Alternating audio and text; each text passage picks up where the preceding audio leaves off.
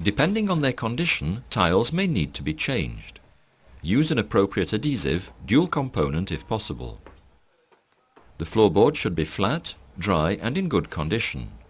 The boards should be correctly aligned with no difference in level between them. Joints and screw heads must be sealed.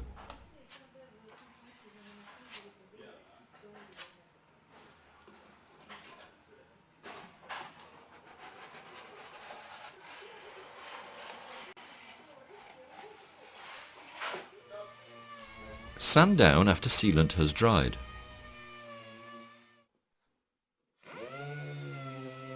The way in which the subfloor is prepared has a significant influence on flooring quality and life.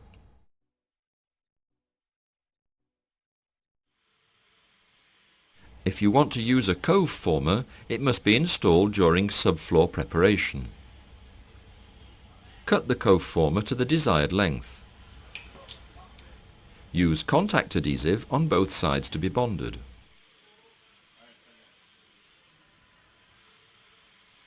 Using a cove former in a corner means avoiding welding in corners, saving on installation time, reducing water penetration risks, facilitating maintenance.